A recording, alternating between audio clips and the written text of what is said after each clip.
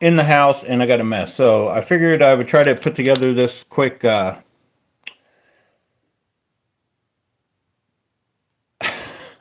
do I put this? As quick as I can video on the trailers I use on my chatterbaits. This is more or less, you can almost use any soft plastic you want. Some of them you may have to fiddle with and cut down or whatever. There's basically two ways, two types of chatterbait trailers, in my opinion, to get you what you want the chatterbait to do. But I'm going to go into kind of detail on what I've used over the years and then what I've kind of the main ones I use now, but and show you a few other if you just need some ideas on like what to put on the back of a chatterbait if you're fairly new. Most of you, as you know, if you're a chatterbait fisherman and you use chatterbaits, you've probably already got your favorite go-to trailers that you use for the actions you want. But for those of you new to it, it's pretty much a wide open area of what you can use on your chatterbaits. So I'm going to start from the beginning, like back in the day when I first started fishing chatterbaits. Like I've mentioned, if you guys haven't watched, I put out a chatterbait video yesterday. You want to watch it, go back and watch it if you're just now finding the channel or you're behind a few videos. Go back on the full kind of an in-depth on how I utilize chatterbaits and watch that video. This one will probably make more sense or it may not make any sense. But when I originally first started fishing the chatterbait, and I can even remember when the chatterbait first came out, it looked something like this. But I wasn't even actually fishing at that very first year the chatterbait came out. I think it had been out for a year when I started to get back into fishing. I fished previously before, spinnerbaits and all that, but like a chatterbait, it did not exist. And so, and I remember you guys have seen me fishing with Matt. Matt was the first one. He's like, yeah, what do you think of the chatterbait? I don't know. We started a conversation about fishing, and he brought up the chat. What are you talking about, chatterbait? He's like, chatterbait. I said, you forget, I haven't even been around. I was probably racing RC cars or whatever for a while. So we went fishing, and from the day one, I threw a chatterbait. I'm like, oh yeah, it was like game on. And most of you probably know, if you're old school like me, that first couple years of a chatterbait, you didn't need a bunch of anything fancy. You threw it out there when that blade started going. If bass, I mean, they were eating it. So as we evolve, as you know, they claim fishing pressure, this and that. We've had to evolve different stuff. But when I started out and I first felt that thing, the way it kicked, like I talked about in the other video, I instantly, what popped in my head was a crawdad imitator. Like I just felt like that, like would be more imitating crawdads than anything. So for, I don't know, first couple years, like I mentioned, probably didn't even matter what you had on the back. But I found out real quick that you needed something on the back. I'm not saying they won't catch fish without a trailer, but a chatterbait needs something back there other than just the skirt. Because it is so much less effective without anything. And I found that out early on. You had to put some sort of soft plastic back there. Now, one of the very first things I started using, because I had them, because I knew the power of them, were the Reaction Innovation Sweet Beaver, not the Smalley Beaver. Now, there's other baits in here too. But I just started putting Sweet Beavers on the back of my chatterbaits, and it was like game on. They were hitting that. But then kind of made it bulky, and the fact that I just lost so many, I ended up started buying the Smalley Beaver instead. And I'm not really going to go into rigging it up and all that. You guys know how to rig up plastics onto baits, but I'll just show you basically my first kind of what I was fishing my chatterbaits anyway was with a Smalley Beaver. I talked about it before. This is the Carolina craw. I had the Cajun craw, and then I believe the color was Donkey Punch. I don't have any anymore. I thought I had a few laying around, but I couldn't find them. But Donkey Punch, and that it was kind of just a dark brown, a light brown with a touch of yellow. Actually, yellow like this was what the belly was like on that color, and then black and dark brown basically. And that was just, for me, it imitated a crawdad, and it flat out it just, worked. And then I ended up, always white and chartreuse, and then black and blue. I can't remember. I don't remember when I actually kind of went away from that Cajun craw to black and blue was my color of choice over, a more crawdaddy, orangish, yellowish kind of color. This is a good color too, but not for chatterbaits necessarily. I mean, it is, but it isn't. It is. So I don't even know for how long that's all I used, and I just got to a point finally, and I've tried other stuff and I think what this does is actually what our other bases I'm going to get into here kind of do. It lets it move around. It's a good profile. It's kind of just back there. It doesn't have any kind of movement on its own other than what the chatterbait's making it move. And so it just worked awesome. And then if you did hesitate it or, on the pause or whatever, there's a profile of a crawdad back there, right? So I don't know, just got hit awesome, and still works to this day. This still is you put a smallie beaver on the back of a 3/8 half-ounce chatterbait, you're in business. You could put it probably on all the average size chatterbaits. But then once I started, I don't know, you just get to the point where you're losing so many of these baits, like every time you go out fishing, that you're like, I need something, an alternative to this. So I don't know how long I tried to find just something I felt got bit as good or not. And I don't even know when I realized that, you know what, Bass Pro, the OGs of knockoff baits, in my opinion, they have an awesome bait in a color that I don't think that Reaction Innovations even has. This color here on, I can't remember what these are called, and this package doesn't say anymore. But on Bass Pro, I started using these in mainly this color on like my black and blue or any green pumpkin-y type stuff, just to give it that little blue and brown. And this bait, I don't know that it lasts any longer, but it was cheaper. Okay, so it was basically did the same thing that I was wanting to do, and it was cheaper. So I got the one from Bass Pro. Then I'm like, well, they also have this Elite chunk at Bass Pro. And I could not tell you that one is better than the other, or that one gets hit when the other one doesn't get hit, because I think they do pretty much the same. But this one, in my mind, it just gave it more action because of these appendages are more likely to have a little movement of their own. And so I would stick that on just the way it is and fish that also on the back of a chatterbait. You just rig it on there. I'll try to show you. Rig it on, and you've got, I'm still, at this point, I'm only worried about imitating crawdads. I'm trying to go as slow as I can, just getting it to go, and just, either literally bouncing it off stuff, and then, you caught on in the first, week you fished a chatterbait that you don't want to fish around wood too much unless you can see the wood, and you kind of come up on it and over it, fast without a hesitation as you come up and over it. I don't know, you guys know what I'm talking about. But so that, I kind of evolved, and I don't even know what the time period was, but I just slowly switched in a bunch of different colors. But I went Reaction Innovations Sweet Beaver, Smallie Beaver, then that little dude because they're the same size as a Smallie Beaver, and then this one roughly the same size. And then if I had any of these extras laying around, I would switch them in and out or whatever. But this was the main one I really liked, in my opinion. So then I just, from the, everything coming out, Z-Man making other little minnows, and everybody talking about imitating, on the white ones, I've started putting various, and I don't even think I've got any of those minnow stuff around. But, years go by, next thing you know, I'm using, pretty much like everybody else, the typical Kitech type swim baits. Along with that, I never really stopped using that. And then I came across the Baby Rage Menace that I feel like, and these are probably going to do about the same. But there's just something about, and I know it could all be in my head, but the confidence level when I put a Baby Rage Menace on over even this,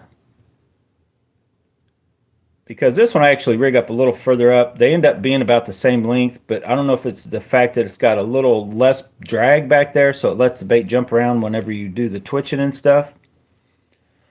So what I've come to the conclusion is I started fishing two different types of baits. I started fishing ones where I was trying to keep imitating crawdads, but they created more drag. Or I went to like I don't know, I had one here somewhere. You know, I think a lot of people did. Like a lot of people would tell you to rig it upside down, but the best way was just basically cut the tail off of your swim bait and just run it back there. And we found out that actually, as streamlined as you can get, it even hunts even better, right? So there's so much out there today. Now there's baits made for it. Like you can go Z-Man, like I've made. Let me show you the whole package first. Where's, I don't know if I can find it. Somewhere I got it. I had this all organized, but there's so much junk. What did I do with that package?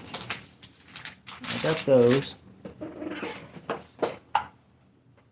Hang on. I got a package of, oh well. You guys know what these are called. They come a lot bigger from Z-Man. So I started cutting these down and also using them here and there. Now they actually make a bait that looks just about like that. I can't remember the name of it. And then they got the little pintails. You can buy those baits directly.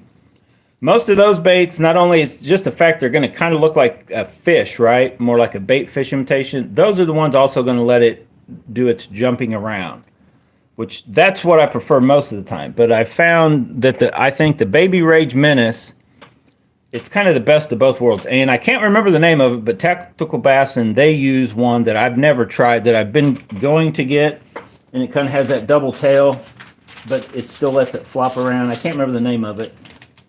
And I cannot believe I can't find those baits. I just had a pack of them. Here they are. The Razor Shads. So most Z-Man Elastec that I found, it comes too bulky. Like now they make ones like I talked about, the pintails and some of these other ones. So one trick with the Elastec, now if you're trying to be buoyant and you're wanting to bring a bait up, like say if you get out there and you only have a 1/2 ounce or 3/4 ounce and like, man, they're super dirt shallow, add a big bulky buoyant Z-Man bait with lift, you know, and creates drag. It's going to let you fish it, be able to fish that weight higher up in that column. You may still have to hold your rod tip up or a little bit or whatever, but that can help you with if you're limited on, you know, I just usually change weights or whatever. But these Razor Shads, if you say you got a bunch of, this is for the guys that, you know, you've bought a bunch of these, or I don't know if I brought one of those package out, like the Diesel Minnows, and there's a few others, but they have a bulky body. You know, I don't know if I've already got all these cut. Some of these I already pre-cut. I may have left some alone. Can't remember. So yeah, I pretty much pre-cut all these down to where they make excellent chatterbait trailers now. So what's funny, this one's like a couple years old, or a year old, or however long. It's got like a matte look to it in spots, but it still works fine. That Z-Man Elastec, like it just don't wear out now. I think there's two different colors there. That's definitely a different color. That's Bad Shad, I think, and then this color is the Breaking Bream. I thought I had one that was a full size, but these things are too bulky. So if you have a Z-Man, you can cut down the baits, and I'm getting ready to show you. The next best alternative, and the fact that it's Elastec, that I've found so far to date that kind of, in my opinion, competes with the Baby Rage Menace are, and lucky for us, they make other sizes, but for the regular chatterbaits, I like the Goat, but I cut it down. If you guys can see this bait, and I guess I should take one out of the package. And I've showed this before on videos. I take the Goat, and a lot of people say, oh, I just stick it on there and run it. You can, but I feel the best action is to basically slimline that bait, kind of like what I used to fish, but even maybe a little bit smaller. So pretty much like what your Baby Rage Menace. The slimmer you can get that, and it'll, but it'll still stay on the hook, and then the legs aren't, they're back there. They give it a profile, and it's such a slim, streamlined body to it that it lets it jump around. So you can see here I got several different colors that like I talked about it in the video yesterday. A lot of times I typically will like a not a completely muted color, but a color that then I could add, because like this bait right here, I could add any of these trailers and give it a different kind of color look and really, kind of fine tune if I'm, out there and I just want to try to, we get out there experimenting, playing around, trying to find that perfect bite that like every cast is a fish kind of deal. And once you kind of get these colors, figured out in your fishery, in your area, places, if you go to multiple places, and sometimes you just have to change colors because you've been out there throwing that bait with the green one on the back, and you've caught them, and then they just stop biting that, and you're like, well, I just switch it up, or you may need to switch to a whole nother, not that bait, but a different bait with a different color, and that's all it takes, just a color they're not used to you out there throwing at them, if you're throwing in the same spots. But in all seriousness, this is my favorite bait because you can put one of these on and it'll last about the life of the chatterbait. The downside to the Baby Rage Menace, to any of your normal soft plastics, anywhere from 3 to 5 fish, maybe. So you can easily go through, like when I was heavily fishing sweet beavers, it was nothing to go through 2 packs on any weekend between Texas rigging them and using them on the back of my chatterbaits, a couple different colors. So it just seemed like I was always out and I was always trying to order them. And then if, almost no local places carry those colors, you know what I'm saying? Once you're like, oh, I need June bug. Oh, well, they're out of June bug. Oh, well, go on Tackleware. Oh, well, they're out. Or, oh, did I order them soon enough? Am I going to get them for next week? You guys know what I'm talking about. Even though another color might work, if you've been out there tearing them up and you go through 2 packs of this color, you want this color for that next weekend when you're out fishing. And that's the downside to soft plastics is, in my opinion, other than, if you guys know the deals with Z-Man Elastec stuff, you can have a 4-pack of a color of the goat and you're good. You're probably good for 2 weekends or longer. So if you got a couple packs of these, you got a spare pack sitting around, you're out fishing with a pack of these, you're going to be good. Come back, get the other pack, and it's just simpler on not worrying about running out of them on the Elastec stuff when you can get it to work for you. So then you got the baby goat, which that would be good for your mini maxes. I've had some of you guys comment that you run these on the back of your I think they're a little too small. I guess I should get one out. We'll do a little comparison here. These I have not cut down. Technically, you don't have to cut these down. They're already pretty small. Honestly, if I get into the fine tuning of them on, where's my... So they're already like kind of right there, but the thing is they're even smaller than the Baby Rage Menace on their whatever you want to call them, their kickers, their appendages or whatever. They're already almost as small around, but to really truly get to utilize like a 1/4 ounce mini max, you would actually want to take this dude out and cut him, even slender them sides up even a little more, and then put him on. Now he'll work just like that. Like you just put that on and go out and throw it. I guarantee you this on this mini max bluegill color, you can go out there and catch fish. But I know how I am with my OCD type of stuff. I'll be cutting them down a little bit. Now, yes, I have just thrown them on and tried them, but there's just that extra little, that 1/4 ounce is smaller, and the less resistance you can give it, the better it'll jump around when you're giving it little twitches and stuff. So there's the couple different ways to fish them, like I talked about. So one of the simplest and easiest ways is kind of if you already have soft plastic. So if you guys are curious on, and feel free to comment below what you use, because a lot of you, I've heard of different, using a lot of different stuff. And let me talk about a couple other things that aren't really, they're not made to be chatterbait trailers, but work. And the best thing is just any soft plastics you have that are, You know, say you got a certain color you really like in a worm or whatever, and here they are. So one of the simplest ones to use are the swimming dingers.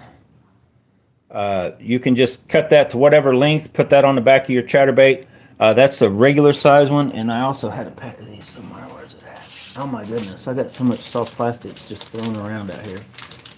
So either or, just depending on what you're going for, you could try both. The regular size if you've already got swimming dingers laying around, but these little ones are actually probably just as good, if not better, than these, especially for like the little mini max or your 3/8 ounce chatterbaits, and you're trying to make that a little more compact, yet it's still, you know, just something back there kicking, jumping around.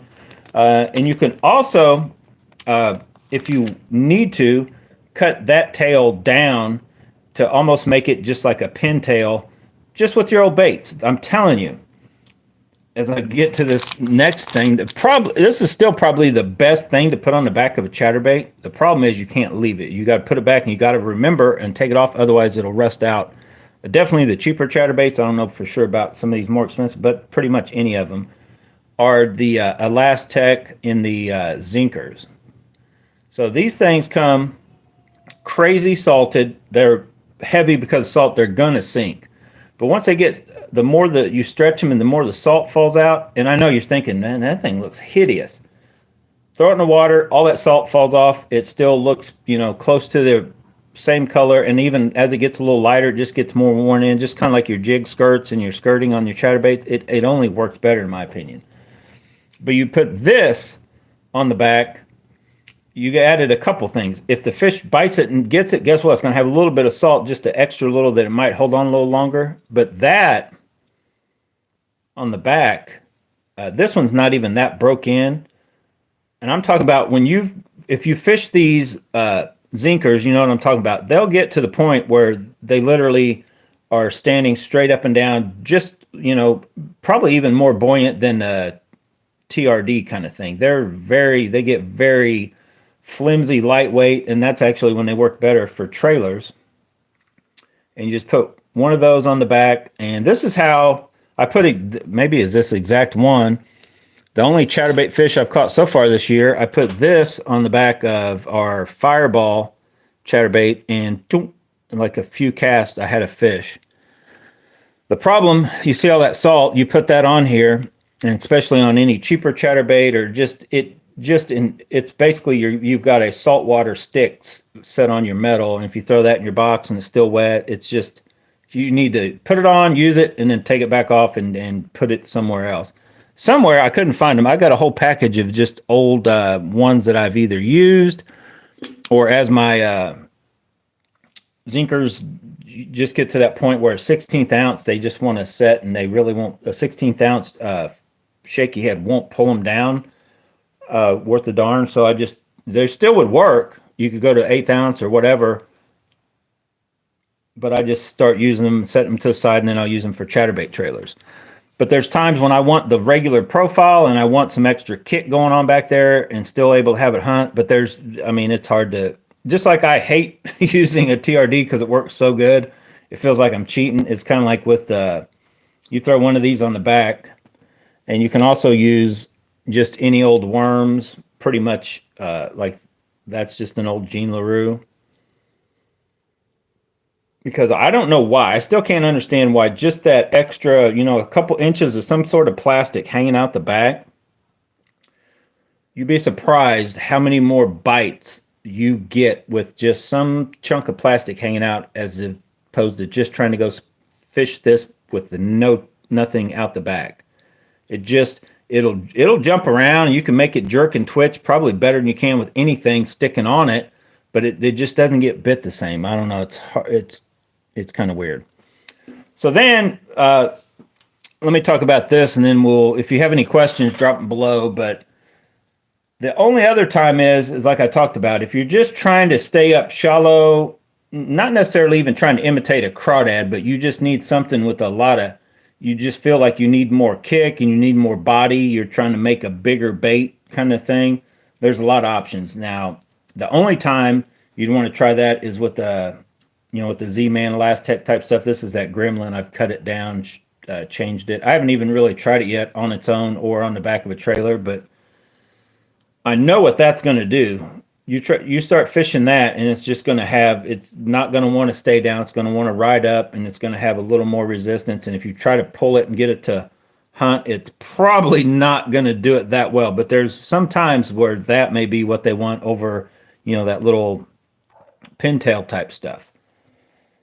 So the main point of this video is just to give you, give you guys some ideas on what you can use. You can use pretty much any soft plastic that you already have, or if you go buy what I would recommend, if you're like, what's the one? So if you don't mind doing like me and trimming stuff up, I still say the goat and then the baby goat are the two. Trim them up, use those. They let them jump around. You kind of get the best of both worlds, and it's going to last a long time. You can put them on and leave them. Now, every once in a while, you got to watch a Last Tech, because you'll put it on and the paint on your jig head it kind of eats. I don't know if it's the Last Tech eating it or it's eating it the Last Tech, but you have to watch that sometimes. You can't leave those on certain jig heads depending on what paint they use. So you could actually basically put a coating of super glue to not only will it hold it, it kind of gives it a coat of something that it's not, so it's not touching. Basically, the Last Tech's touching the super glue, and then the super glue is onto the paint, so it helps hold it, and it's a buffer to keep it from like eating at it itself. So I've done that before too, and I know I'm like, yeah, I want to fish that one for the whole weekend, so I just put some super glue on it, pop that goat on and go. And I had it there for a while. The longest time I had a black and blue one with I didn't bring out a black and blue. The only downside to that is the goat is limited to how many colors. Now it's got a lot of good colors, but like that sapphire blue, I don't think they don't make that in the goat. They make a black and blue, and I'll use that, but if I feel I need that sapphire blue on the back, I don't think I have any sitting out here right now. So my favorite, though, period, right as of right now, is kind of a color too. Is that Baby Rage Menace in that green pumpkin, purple and gold flake. That sucker can just go on a lot of different colored chatterbaits, and just is probably my favorite chatterbait trailer to date in that color. But the Baby Rage Menace, I'll just go out there fishing with the goat, and I feel like sometimes if I just switch up to a Menace, I may get an extra little bite. But that could just be in my head. Honestly, you guys know the deal. Confidence is one of the main things. So if you don't fish zinkers, I mean, I don't blame you if you stay away from a Last Tech. It takes a little getting used to a Last Tech, but these zinkers, you can get them in all kinds of different colors, and you could literally almost just cut it in half and have two trailers. I typically I wear them out, and then I just cut off, the part I've been hooking in, the bigger part. And let me take one out. So this one started out brand new just a week ago, maybe, because I couldn't find my other packages with the used ones. So it starts out looking like that. Looks very beautiful. You don't see any salt, and you can slap one on like that, but it's going to be pretty heavy, and it's actually going to be dragging down the chatterbait. And you can see, like you see that, it's pretty stiff. And trust me, it won't stay that way for long. But this dude right here, it's out to more floppy. It doesn't even want to do. I'm telling you, those right there are awesome as trailers. And if you don't fish these, I'm just a little quick side rabbit hole here thing. The awesome thing about these that I've talked about it, I've yet to hear anybody else talking about this, is you can change the fall rate just by like you can, how I fish these on a shaky head, 16th ounce, basically a weightless Texas rig is how you do a Cinco.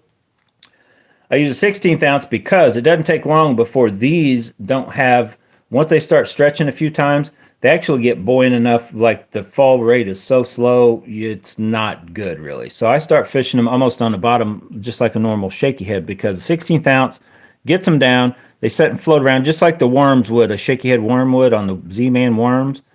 And with that, once you get them to the right buoyancy, you can basically, what I call, tickle them across the tops of grass and gunk, where normally just anything would get gunked up the minute it touched bottom.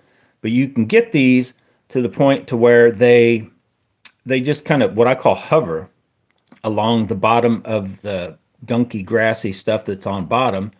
And that's where I've kind of utilized this with the 16th ounce. Now, sometimes I'll use an 8th as it gets old enough that even a 16th won't quite hold it right.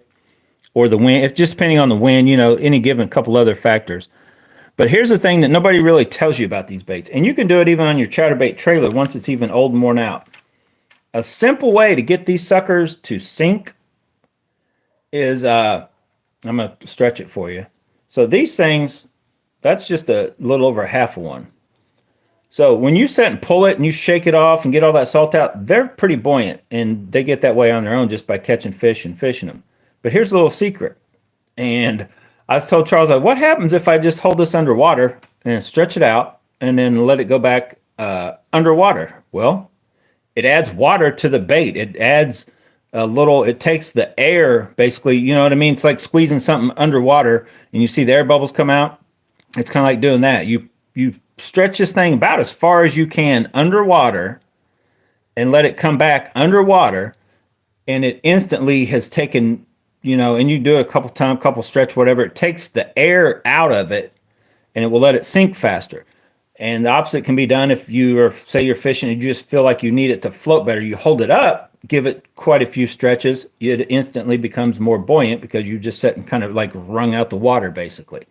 So it's a trick you can use when it's being used as whichever way. You're just trying to wacky rig it and let it fall, and you're like, oh, that thing's falling too fast. You know, stretch it a few times out in the air, and then it'll slow down the fall rate. Or if it's like once they get old and worn in, and you're like, oh, that thing won't, you know, it's like it won't even sink right. You know, say you got a 16th ounce wacky rig hook in it, and it's like it just won't even pull it down. Hold it underwater, stretch it out a few times, and then make a cast, and you'll see it lets it, it takes out the air. Now, it's only good for a few times. Once the fish jumps up and shakes and it stretches, you're going to have to do that again. But it's just one of those things.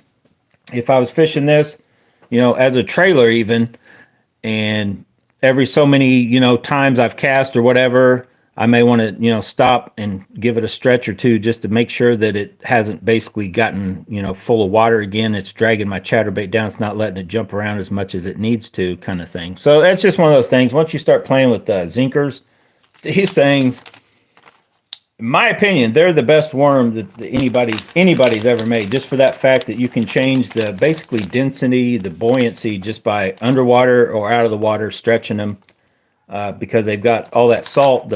You know, as that salt comes out, there's holes in there where that salt was, and that's why it's allowing for the air to go in or out depending on where you stretch it at, kind of thing.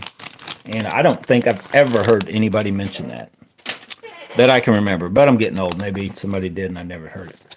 Like I said, so many different colors that, like a hot snake. This is what they call pumpkin chartreuse, basically hot snakes they call now. They several different ones, you know, just standard green pumpkin. Some of our favorite, the purple haze, sprayed grass, all kinds of colors. There are a lot of colors in that. There's more colors in zinkers than there are the goats.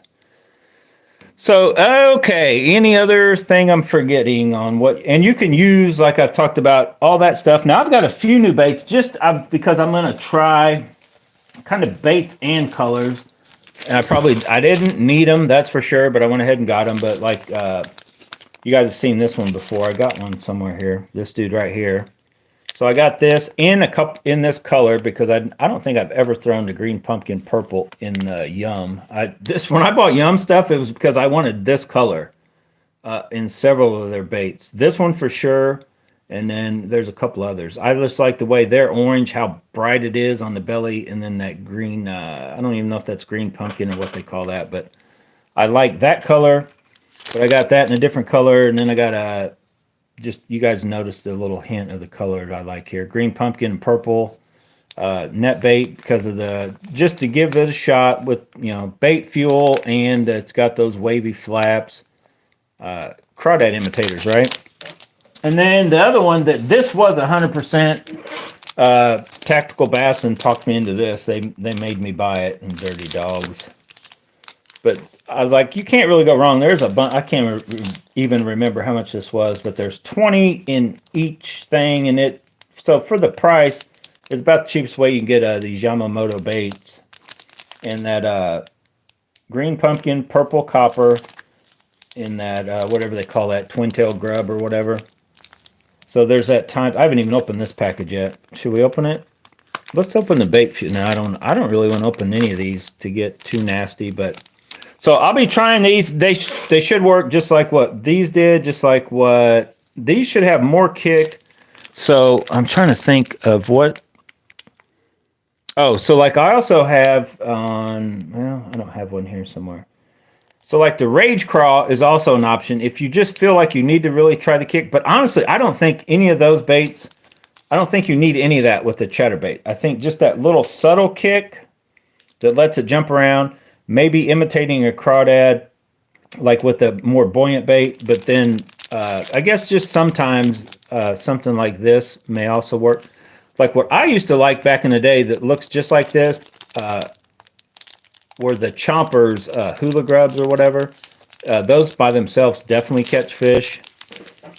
But those are just a few different baits that I've picked up to also try along with, I guess this isn't the size I used to use on my regular ones, but the bigger size Crazy Flappers, I have also used when I felt like I wanted as much craziness as I could going on in the back. What size is this? 3-inch? 2.8. So yeah, I think the 3.8 or whatever the bigger size, I've got some sitting around somewhere, but I liked that color particularly and more flappy, and they just stand alone by themselves. Man, these things just catch fish, but man, they don't catch many fish before you have to change them out. They got a good smell to them too. So I guess if there's no more questions,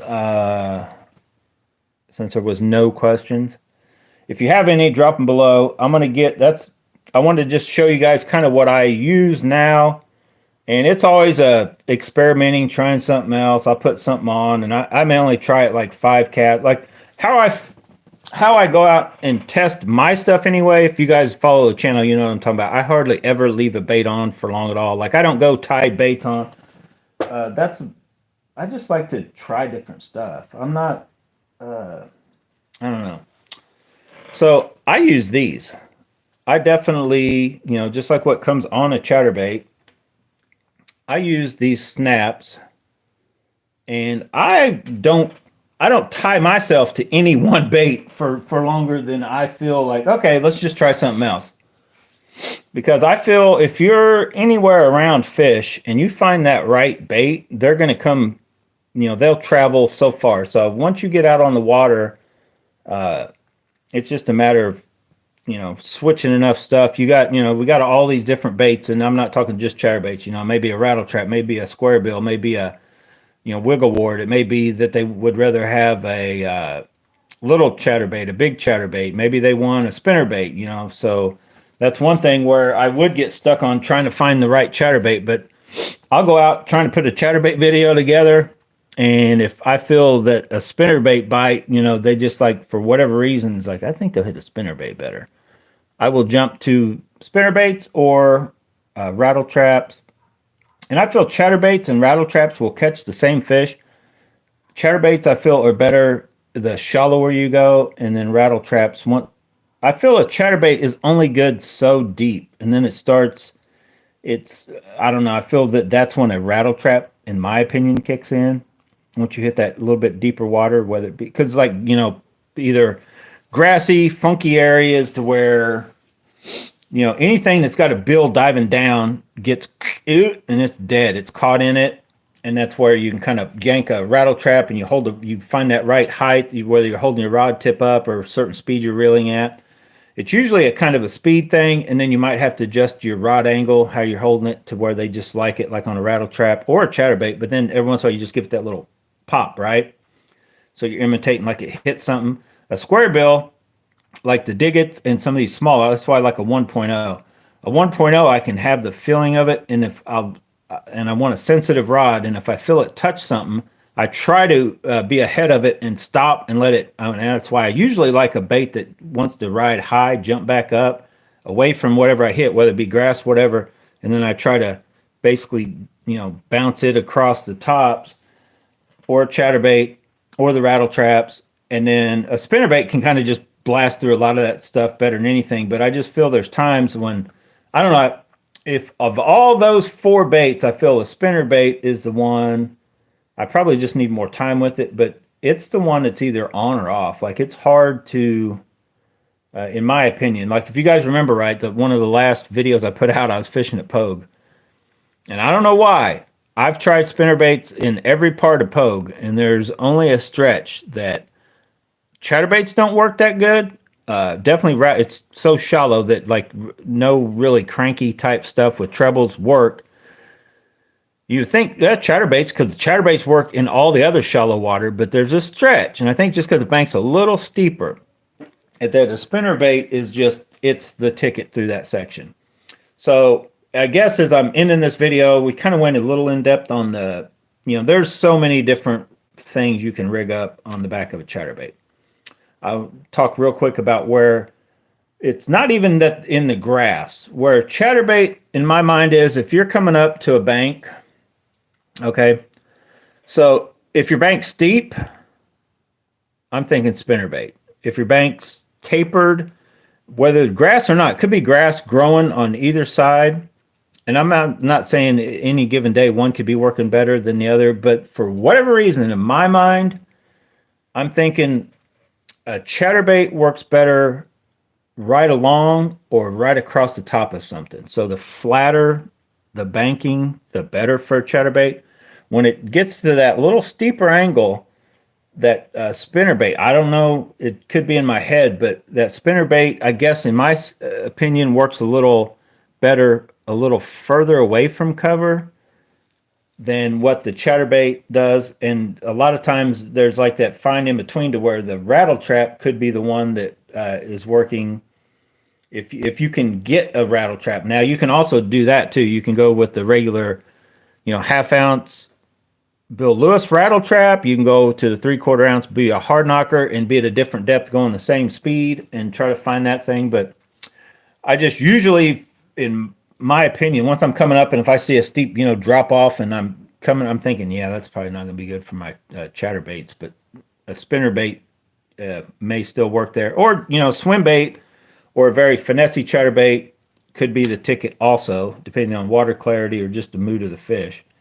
But on like as far as chatterbait, spinnerbaits, and then when I would throw the other stuff, because I'll go out there and I might make 3 casts with this chatterbait, 2 casts with that spinnerbait, 1 cast with that rattle trap, go back to this color chatterbait, go, all in a 5 to 8 minute little window of covering this little section, just to, until you get on a thing. And then once you get on something, if it's a spinnerbait, chatterbait, rattle trap, then I tend to go, oh, well, let's try this color chatterbait, that color or that size chatterbait, change my speed, see if I can, can I get a bigger bite, or are they hitting anything, or, okay, what did I have the right thing the first time, or will they hit better on a, changing up? That's just kind of how my mind works. And then it's like, okay, just stick with what they were biting, because I've, is the bite picking up or is the bite going down, and then go back to what you were using if that's all it was. And then there's always the, the backup baits. Like I talked about, whether you're throwing zinkers,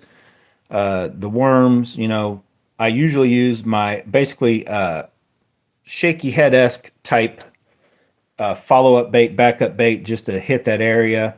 And this year I'm going to try to start throwing, like if I feel like they're just iffy on a spinnerbait or a chatterbait, that's what I'm going to try to start utilizing this year, which I haven't in the past.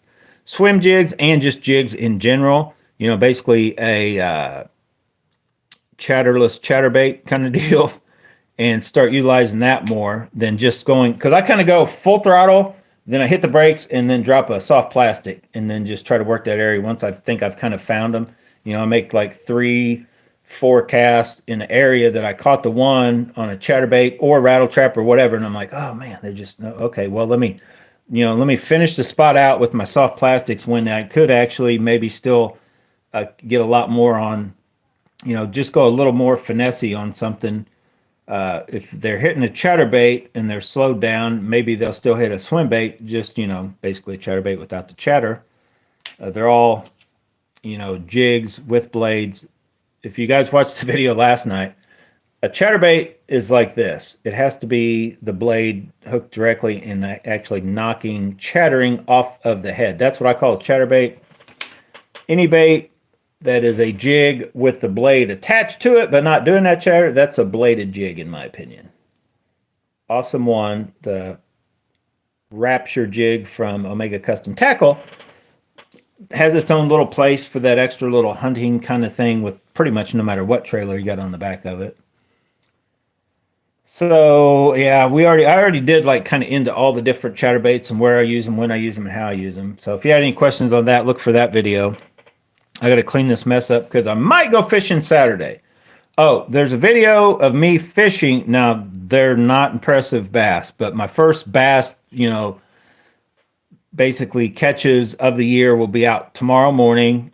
I tried to go out there and put together a video comparing the different ways these baits hunt around. You'll see a brief little few minutes of that, and then I instantly jump to switching to different baits just to try to catch these little bass that were nipping at the chatterbaits, but they just weren't ready to commit to it. Then I ended up, I didn't have it on video because I'd already wrapped up for the whole day, and I just like, you know what? I need a chatterbait fish. So I took this. I know the power of this. I don't know why. That color worm is the worst color for me to throw as a, you know, by itself. Standalone soft plastic, that is my least favorite color. You put this color on this chatterbait, you put this color on probably that chatterbait, probably on any of these. That orange belly, just back there doing whatever on the tail, it just comes to life. Like my favorite way to fish that is as a chatterbait trailer, not taking the full size one. And now I've caught fish, but I'm not as impressed with that color, green pumpkin orange, as like this color or the baby bass color or the purple haze or the sprayed grass, green pumpkin. Like every other color that I've fished a zinkers in, I feel outfishes this bait. But when it comes to attaching them on the back, I think that color right here outdoes all the other zinker colors I've ever added on the back of these chatterbaits. I don't know, just you add that little, that orange gets on the chatterbait with, and usually it's not like this color. That may be too much. It probably still work, but you take this on any of like this dude right here. This will work, but this is probably actually a better option, especially if you have any stain. Like the day I was fishing, you'll see in the video, it's clear water. The fish can see me, I can see them. They know I'm there, but man, when I put that on the back of that, they just like, I'm eating it. But like on this bait, I probably I feel more confident I could put that on the back and catch fish than I can with this one. I just was gonna, I gave this one a few I was just trying it, right? Now there's time and place when that bait there will work. Now here, I guess I should show you that. One trick I started doing with these when I do use them whole or try to use them whole, instead of cutting the tail off or flipping the Keytech style bait upside down, is I started rigging it at an angle. So the blade is up here going through the water and the tail is down lower. I can't explain it. It looks funky. I just thought, let me get that tail out of the way and see what it looks like underwater. You know, me looking out from above, looking down at it. And I felt like it just made it look better. And for whatever reason, I swear it gives me more bites. Is it because of that? Because it looks kind of funky when you first rig it up. You're like, you've rigged that wrong. And I'd be the first to tell you, yeah, it looks like it's totally rigged up wrong. Now you still need to get it, like straight in line as you can here, but then you angle it down out of the way of the turbulence of the blade, and I feel it just, I don't know. I like it like that. And I started doing my spinner baits like that too. And I feel that, I don't know, it hasn't not worked. So I just keep rigging them like that when I want to just use that profile out there. But this is still my favorite way right here. Just take that little Baby Rage Menace. That's a little spot remover. Rigged up like that. That is erratic hunting appendages back there, just doing little kicks. You could rig it, like this if you really want to, but I just kind of leave it like my crawdad style. Do they think it's an albino crawdad? I don't know. I don't care. They eat it. I don't care what they think it is. They tear it up. So anyway, any questions, drop below. I got to go wash my hands and clean up this mess. Well, I'll probably clean up the mess. Then I'll wash. No, I'm going to go wash my hands. Then I'll clean up the mess. Try not to touch these anymore, and I have to. Then I'll wash my hands again. Cleanliness is next to godliness, right? So any questions, drop below. Thanks for watching, guys. Stay tuned. That video, be looking for it. Drops in the morning. Then I've got one other one where we caught some on other baits. We caught 5 or 6 on the baits you'll see tomorrow. And then I tried a whole different, basically heavy action rod. A couple different rod and reels, I think. And you'll see some different fish caught with different baits on that video. That'll be coming out probably this weekend. Thanks for watching.